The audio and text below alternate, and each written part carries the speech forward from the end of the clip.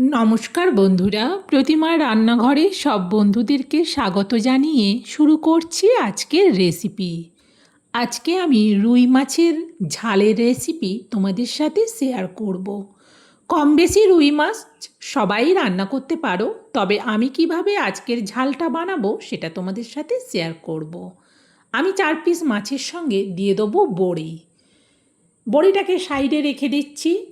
এখন আমি এই মাছের মধ্যে দিয়ে দেবো পরিমাণ মতো লবণ।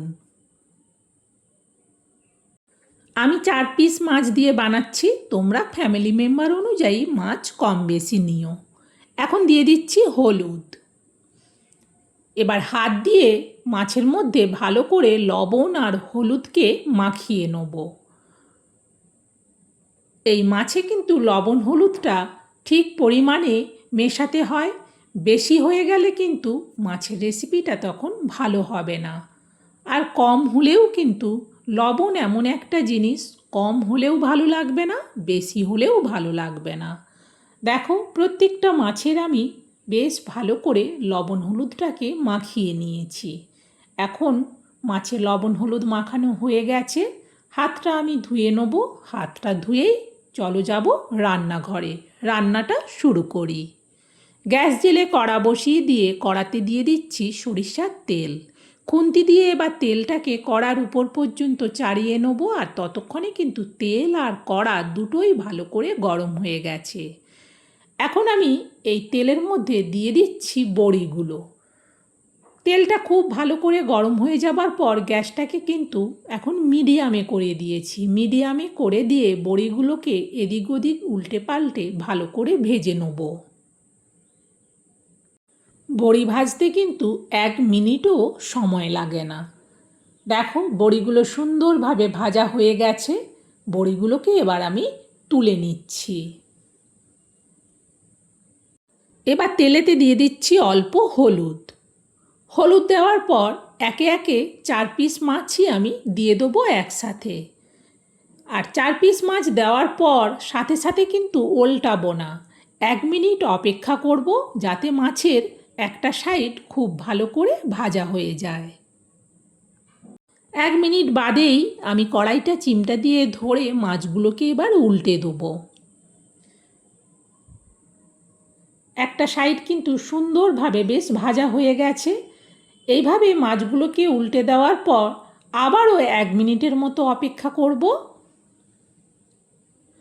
দেখো, মাছগুলো এই দিকেও কিন্তু সুন্দরভাবে ভাজা হয়ে গেছে। মাছের 2 সাইড বেশ লাল হয়ে ভাজা হয়ে গেছে। মাছগুলোকেও এবার তুলে নিচ্ছি।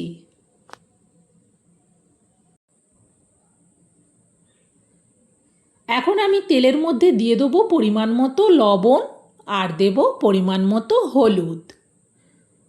1 মিনিট লবণ আর হলুদটাকে ভালো করে আগে গরম তেলের সাথে নাড়িয়ে নেব। এরপর এতে দিয়ে দিচ্ছি সংরক্ষণ করা টমেটো পেস্ট। 4 চামচের মাপে 1 চামচই দিলাম। এবার এই টমেটো পেস্টটাকেও ভালো করে তেলের সাথে মিশিয়ে নাড়াতে থাকব। এতে এবার অল্প জল দিচ্ছি। জল দেওয়ার পর আবারও ভালো করে খুন্তি দিয়ে মশলাটাকে নাড়াতে থাকব, যতক্ষণ না জলটা শুকিয়ে তেল ছাড়ে। দেখো, সুন্দরভাবে কিন্তু জলটা শুকিয়ে গিয়ে আবারও তেল ছেড়ে দিয়েছে। এইভাবে যখন মশলাটা কষানো হয়ে যাবে তখন এতে দিয়ে দেবো পরিমাণ মতো জল। জল দেওয়ার পর খুন্তি দিয়ে নাড়িয়ে দেখে নিয়ে এটাকে ঢেকে দিচ্ছি। তরকারিটা ফুটে ওঠার আওয়াজ হচ্ছিল, সেই জন্য কড়ার ঢাকনাটা সরালাম। দেখো, সুন্দরভাবে ঝোলটা ফুটে উঠে গেছে। খুন্তি দিয়ে ভালো করে নাড়িয়ে দেখে নিলাম। এবার আমি একটা একটা করে সব মাছগুলো সবের প্রথম এতে দিয়ে দেবো। বড়িগুলো এখন দেব না।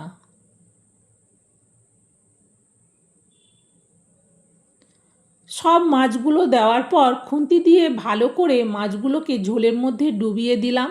আবারও এটা ঢেকে দেবো। এবার কিন্তু গ্যাসটাকে একেবারে লোতে করে দিলাম। এবার এই মাছের ঝালে দেওয়ার জন্যে নিয়ে নিচ্ছি সরিষা। 4 চামচের মাপে ভর্তি করে আমি 2 চামচ সরিষা নেব। আর নিয়ে নিচ্ছি বেশ কিছুটা কাঁচা লঙ্কা। এই কাঁচা লঙ্কাগুলোকে যখন মাছ ধুয়েছিলাম তখন কিন্তু ধুয়ে নিয়েছিলাম, বোঁকাটা বাদ দেওয়া হয়নি, এখন আমি বোঁকাটা বাদ দিয়ে দিচ্ছি। যেহেতু সরিষা আর লঙ্কা অল্প আছে, সেই জন্যে এই সরিষা আর লঙ্কাটাকে কিন্তু আমাকে শিলে বাটতে হবে। আমি এই মাছের ঝালে কাঁচা লঙ্কা দেব, সেই জন্য কিন্তু শুকনো লঙ্কার গুঁড়ো দিইনি। চলো এবার সরিষাটা বেটে নিই। দেখো সুন্দরভাবে লঙ্কা আর সরিষাটা বেটে নিয়েছি। শিলে বাটলে কিন্তু বেশ শুকনো শুকনো করে মশলাটা বাটা যায়। এখন এই সরিষা লঙ্কা বাটাটা আমি রেখে দেবো। রেখে দিয়ে ওইদিকে মাছের কড়ার ঢাকনাটা আগে খুলে মাছগুলো কী অবস্থায় আছে আগে দেখে নিই। দেখো ঝোলটা আস্তে আস্তে ফুটছে। খুন্তি দিয়ে ভালো করে একটু নাড়িয়ে দেখে নিলাম। দেখে নেওয়ার পর এবারেতে দিয়ে দেবো সরিষা লঙ্কা বাটা। পুরো সরিষা লঙ্কা বাটাটা দেওয়ার পর খুন্তি দিয়ে সরিষা লঙ্কাটাকে একটু ঝোলের মধ্যে আমি ডুবিয়ে দিলাম। এরপর এটা আবারও ঢেকে দেবো। গ্যাসটাকে কিন্তু মিডিয়ামে রাখবো। প্রায় মিনিট 3 মতো বাদে আমি কড়ার ঢাকনাটা সরাচ্ছি। দেখো মাছের ঝালটা আস্তে আস্তে ফুটছিল। খুন্তি দিয়ে ভালো করে নাড়িয়ে দেখে নিলাম। এই যে মাছের ঝালটা বা ঝোলটা আছে, এই ঝোলটাকে কিন্তু আর শুকনো করব না, কারণ এটা ভাতে মেখে খেতে দুর্দান্ত লাগবে। মাছের ঝালটা পুরো রেডি। এবার এটা আমি নাবিয়ে নেব। আর এই ভাজা বড়িগুলো কিন্তু বাটির মধ্যেই রেখেছি। এই ভাজা বড়ির মধ্যেই কিন্তু মাছের ঝালটা ঢেলে নিলাম। এতে করে কিন্তু বড়িগুলো বেশ গোটা গোটাই থাকবে, একটা বড়িও কিন্তু ভেঙে যাবে না। বন্ধুরা, এইভাবে রুই মাছের ঝাল রান্না করলে এই স্বাদ মুখে লেগে থাকবে। কাঁচা লঙ্কা আর সরিষা বাটা দিয়ে একবার আমার দেখানো পদ্ধতিতে মাছের ঝালটা বানিয়ে দেখো। শুধু রুই মাছ না, এটা কিন্তু কাতলা মাছের ঝালও ভীষণ ভালো লাগবে। যে কোনো মাছ এইভাবে ঝাল বানালে স্বাদ মুখে লেগে থাকবে। আমার এই মাছের ঝাল রান্নাটা তোমাদের কেমন লাগলো সেটা কমেন্টে জানিও। ভালো লাগলে অবশ্যই একটা লাইক দিও, আর তোমরাও রেসিপিটা শেয়ার করে দিও। যারা কখনো এইভাবে সরষা লঙ্কা বাটা দিয়ে রুই মাছ কেন যে কোনো মাছের ঝাল খায়নি, একবার বানিয়ে খেয়ে দেখো, স্বাদ মুখে লেগে থাকবে। সত্যিই বলছি দুর্দান্ত টেস্টি হয় এই মাছের ঝালটা। আর এটা দিয়ে কিন্তু সব কিছু খাওয়া যাবে। বন্ধুরা, আজকের মতো রেসিপি শেষ।